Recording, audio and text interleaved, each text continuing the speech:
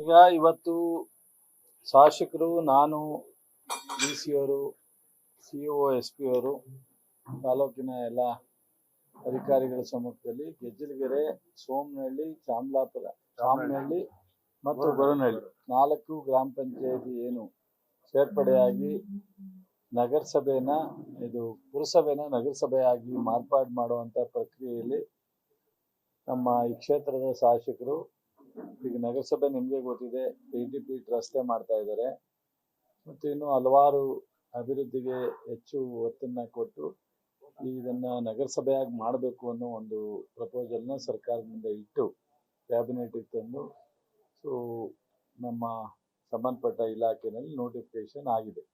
ಈ ಹಂತದಲ್ಲಿ 4 ಗ್ರಾಮ ಪಂಚಾಯತಿಯರು ಕೇಳ್ತಾ ಇದ್ರು, ಅದರಲ್ಲಿ ಬಹಳ ಒತ್ತಡ ಮಾಡ್ತಾ ಇರ್ತಕ್ಕಂಥ ಗ್ರಾಮ ಪಂಚಾಯತಿ ಗೆಜ್ಜಲಗೆರೆ ಅವರು ಆಯ್ತಪ್ಪ 4 ಪಂಚಾಯತಿಯರು ಕೇಳ್ತಾವ್ರೆ, ಅದರಲ್ಲಿ ಜಾಸ್ತಿ ಒತ್ತಡ ಅಂತ ಹೇಳಿದ್ರು. ಆಯ್ತು 4 ಪಂಚಾಯತಿಯರು ಈ ಒಂದು ಆದೇಶವನ್ನ ವಾಪಸ್ ಪಡಿಬೇಕು ಅಂತ ಹೇಳಿ ಒತ್ತಾಯದ ಮೂಲಕ ಪ್ರತಿಭಟನೆ ಮಾಡ್ತಕ್ಕಂಥದ್ದು, ನಮಗೆಲ್ಲರಿಗೂ ಮೆಮೊರಾಂಡಮ್ ಕೊಟ್ಟಿರ್ತಕ್ಕಂಥದ್ದು, ಮುಖ್ಯಮಂತ್ರಿಗಳು ಭೇಟಿ ಮಾಡಿರ್ತಕ್ಕಂಥದ್ದು ಎಲ್ಲವೂ ಮಾಡಿದ್ದಾರೆ. ಈ ಹಂತದಲ್ಲಿ ಮೊನ್ನೆ ಜಿಲ್ಲಾಧಿಕಾರಿಗಳ ಮುಂದೆ ಹೋದಾಗ ಸ್ವಲ್ಪ ಹೆಚ್ಚಿನ ಒತ್ತಡ ಮಾಡಿದಾಗ ನನಗೆ ಅಲ್ಲಿಂದನೇ ಫೋನ್ ಮಾಡಿದ್ರು, ಕೊನೆ ಪಕ್ಷ ಒಂದು ಮೀಟಿಂಗ್ ಯಾರು ಆಗದೆ ಇದ್ರೆ ಸೂಕ್ತ ಅಲ್ಲ ಅಂತ. ಅವಾಗ ನಾನು ಉದಯರ್ಗೂ ಮಾಡಿ ನಾನು ಬರ್ತೀನಿ, ಬನ್ನಿ ಒಂದು ಮೀಟಿಂಗ್ ಮಾಡೋಣ ಅಂತೇಳಿ ಎಲ್ಲ ಅಧಿಕಾರಿಗಳ ಜೊತೆ ಸಮ್ಮುಖದಲ್ಲಿ ಬಂದು ಇವತ್ತು ಒಂದು ಮೀಟಿಂಗ್ ಮಾಡಿದ್ದೀವಿ. ಎಲ್ಲರೂ ಅವ್ರವ್ರಿಗೆ ಏನೇನು ಅವ್ರ ಬೇಡಿಕೆ ಇದೆ ಅದನ್ನ ಇಟ್ಟಿದ್ದಾರೆ. ನಾವು ಅದನ್ನೆಲ್ಲ ಪೂರ್ಣ ಪ್ರಮಾಣದಲ್ಲಿ ಕೇಳಿದ್ದೀವಿ. ನಾನು ಶಾಸಕರಿಬ್ಬರೂ ಸಂಬಂಧಪಟ್ಟಂತ ಸಚಿವರು ಮತ್ತು ಆ ಒಂದು ರಾಜ್ಯದ ಇಲಾಖೆ ಅಧಿಕಾರಿಗಳ ಜೊತೆ ಮೀಟಿಂಗ್ ಮಾಡಿ ಏನ್ ಮಾಡ್ಲಿಕ್ಕೆ ಈ ಹಂತದಲ್ಲಿ ಸರಿ ತಪ್ಪು ಸಾಧ್ಯತೆ ಇದೆ ಅನ್ನೋದ್ರ ಬಗ್ಗೆ ಒಂದು ವಿಮರ್ಶೆ ಮಾಡಿ ನಂತರ ಫೈನಲ್ ಆಗಿ ತಿಳಿಸ್ತೀನಿ ಅನ್ನೋ ಒಂದು ವಿಚಾರವನ್ನ ಅವ್ರಿಗೆ ಹೇಳಿದ್ದೀನಿ. ಅಲ್ಲಿವರೆಗೆ ಪ್ರತಿಭಟನೆನ ನಿಲ್ಲಿಸಿ ಅಂತಲೂ ರಿಕ್ವೆಸ್ಟ್ ಮಾಡಿದ್ದೀನಿ. ಅವ್ರ ಪ್ರತಿಭಟನೆನ ಏಕಾಏಕಿ ನಿಲ್ಲಿಸ್ಲಿಕ್ಕಾಗಲ್ಲ. ಒಂದ್ ಕಡೆ ಕೋರ್ಟಲ್ಲಿ ಕೇಸ್ ಇದೆ, ಕೋರ್ಟಿಂದಾರು ನಮ್ಗೆ ಎಂಟ್ರಿ ಮಾಡ್ರಿ ಏನು ಬಂದಿಲ್ಲ, ನೀವು ಸಹ ಅದನ್ನ ಖಡಕ್ಕಾಗಿ ವಾಪಸ್ ತಗೋತೀವಿ ಅಂತ ಹೇಳಲಿಕ್ಕಾಗಿಲ್ಲ. ನೀವಿನ್ನು ಚರ್ಚೆ ಮಾಡಿ ಒಂದು ತೀರ್ಮಾನಕ್ಕೆ ಬರ್ತೀವಿ ಅಂತ ಹೇಳಿದ್ದೀರಾ. ಅದರಿಂದ ಹೆಚ್ಚಾಗಿ ಪ್ರತಿಭಟನೆ ಅಂದ್ರೆ ಬೇರೆ ಬೇರೆ ರೀತಿಯಲ್ಲಿ ದಿಕ್ಕಿಗೆ ಹೋಗದಂಗೆ ಶಾಂತಿಯುತವಾಗಿ ಪ್ರತಿಭಟನೆನ ಮುಂದುವರಿಸ್ತೀವಿ. ವಜ್ಜಿನ ಮೆರವಣಿಗೆ ಅದು ಏನೇನೋ ಮಾಡ್ತೀವಿ ಅಂತ ಹೇಳಿ ಪ್ಲಾನ್ ಮಾಡ್ಕೊಂಡಿದ್ದು ಅದನ್ನೆಲ್ಲ ಸದ್ಯಕ್ಕೆ ಮುಂದುವರಿಸಲ್ಲ, ಶಾಂತಿಯುತ ಪ್ರತಿಭಟನೆನ ಮಾಡ್ತೀವಿ. ನೀವೆಲ್ಲರೂ ಒಂದು ಇಲ್ಲ ಕೋರ್ಟಿಂದಾರು ಬರಬೇಕು, ಇಲ್ಲ ತಮ್ಮಿಂದಾರು ಆಗಬೇಕು, ಯಾವ್ದಾದ್ರು ಒಂದು ಒಳ್ಳೇದಾದ್ಮೇಲೆ ನಾವೇನಾದ್ರು ಒಂದು ತೀರ್ಮಾನ ತಗೋತೀವಿ ಅಂತ ಹೇಳಿದ್ದಾರೆ. ಈಗ ಸದ್ಯಕ್ಕೆ ನಾವು ಇನ್ನೂ ಈಗಲೂ ನಿಮ್ಮ ಮೂಲಕನೂ ಪ್ರತಿಭಟನೆನ ಸಂಪೂರ್ಣವಾಗಿ ಹಿಂಪಡಿಬೇಕು ಅನ್ನೋ ವಿನಂತಿಯನ್ನ ನಾನು, ಶಾಸಕರು ಮತ್ತು ಜಿಲ್ಲಾ ಆಡಳಿತ, ತಾಲೂಕು ಆಡಳಿತ ಎಲ್ಲರೂ ಸೇರಿ ರಿಕ್ವೆಸ್ಟ್ ಮಾಡಿದ್ದೀವಿ. ಅಂತಿಮವಾಗಿ ಅವರು ಏನಾದ್ರು ಮತ್ತೆ ಹೆಚ್ಚಿನ ಜನರ ಹತ್ರ ಚರ್ಚೆ ಮಾಡಿ ಕೂತ್ಕೊಂಡು ತಗೊಂಡ್ರೆ ಬಹಳ ಸಂತೋಷ. ತಗೊಳ್ತಾರೆ ಬಿಡ್ತಾರೆ ಅದು ಅವರೇ ತೀರ್ಮಾನ ಮಾಡಬೇಕು.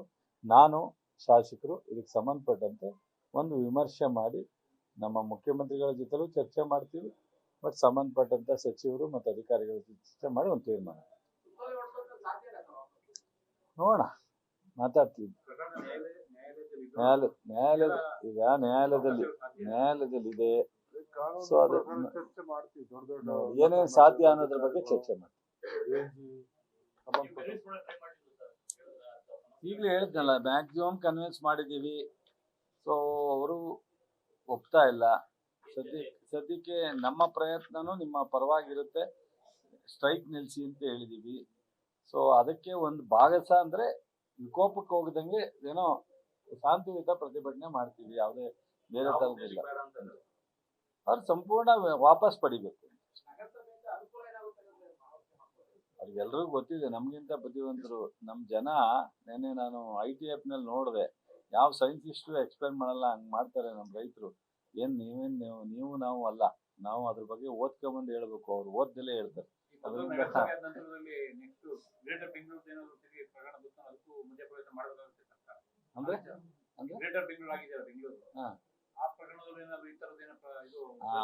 ಅಲ್ಲೂ ಬಿಡ್ಬೇಕಾಯ್ತದೆ. ನಾನು ಈಗ ಇಲ್ಲೇ ಕೂತ್ಕೊಂಡು ಅದೇನೋ ಹಳ್ಳಿಲಿ ಗಾದೆ ಹೇಳ್ತಾರಲ್ಲ, ಮಗು ಊಟದಿಂದ ಮೊದಲೇ ಕುಲಾವಿ ಹೊಲಿಸಿದ್ರು ಅಂತ ಹಂಗೆಲ್ಲ ಮಾಡೋದು ಬೇಡ. ಈಗ ಚರ್ಚೆ ಮಾಡೋಣ, ನಂತರ ಏನೇನು ಸಾಧಕ ಬಾಧಕಗಳನ್ನ ನೋಡಿ. Thank you.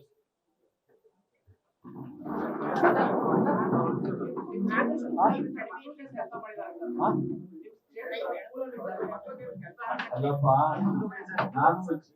ನಾನು ವಿಚಾರವನ್ನ ತಗೊಂಡೆ, ಅಲ್ಲಿ ಕೇಳಿದೆ, ಸಂಬಂಧಪಟ್ಟಂತ ಇಲಾಖೆ ಅಧಿಕಾರಿಗಳ ಜೊತೆ ತಗೊಂಡೆ. ಕೆಲವು ಶಿಕ್ಷಕರು ತೋಟ ಮಾಡೋದು, ಒಳಗಡೆ ಪ್ರಿಮಿಸಿಸ್ ಒಳಗಡೆ ಗಿಡ ನೆಡೋದು, ಕ್ಲೀನಾಗಿ ಇಟ್ಕೊಳ್ಳೋದು, ಇದನ್ನ ಮಾಡೋದು ಅಪರಾಧ ಅಲ್ಲ. ಅದನ್ನ ಮೀರಿ ಬೇರೆ ಯಾವ್ದೋ ಹೊಲಕ್ಕೆ ಹೋಗಿ ಅಥವಾ ಇನ್ಯಾವ್ದಾರ ಮಕ್ಕಳನ್ನ ದುರುಪಯೋಗ ಮಾಡ್ಕೊಂಡಿದ್ರೆ ಅದು ತಪ್ಪು. ಆ ಕಾಂಪೌಂಡ್ ಒಳಗಡೆ ಲೀಜರ್ ಟೈಮ್ನಲ್ಲಿ ಅಥವಾ ಕಾಫಿ ಬಿಟ್ಟಾಗ ಅಥವಾ ಸ್ಪೋರ್ಟ್ಸ್ ಅಂತ ಬಿಡ್ತಾರೆ, ಅಂತ ಟೈಮ್ನಲ್ಲಿ ಮಕ್ಳಿಗೆ ಮಾಡಿದ್ರೆ ಅದೇನು ತಪ್ಪಲ್ಲ. ಅದನ್ನ ಒಂದ್ ನಿಮಿಷ ಕೇಳಪ್ಪ, ಒಂದ್ ನಿಮಿಷ ಗುದ್ಲಿ ಇಟ್ಕೊಂಡಿದ್ರು, ಆರೆ ಇಟ್ಕೊಂಡಿದ್ರು ಅಥವಾ ಇನ್ನೊಂದು ಇಟ್ಕೊಂಡಿದ್ರು ಗೊತ್ತಿಲ್ಲ. ತಮಗೂ ಹೇಳ್ತೀನಿ, ಉದ್ದೇಶ ಬೇರೆ ಏನಾದ್ರು ಇದ್ರೆ ಅದ್ರ ಬಗ್ಗೆ ಕಠಿಣ ಕ್ರಮ ತಗೋಣ. ಉದ್ದೇಶ ಏನು ಇಲ್ಲದೆ ಇದ್ರೆ ಸಂಬಂಧಪಟ್ಟಂತ ನಮ್ಮ ಸಿಇಒಗೆ ನಿಮ್ಮ ಮುಂದೆಲೆ ಹೇಳ್ತಾ ಇದ್ದೀನಿ, ಒಂದು ವರದಿಯನ್ನ ತರಿಸ್ತಾರೆ. PDP ಇದ್ದಾರೆ, PO ಇದ್ದಾರೆ, ವರದಿ ತರಿಸ್ತಾರೆ.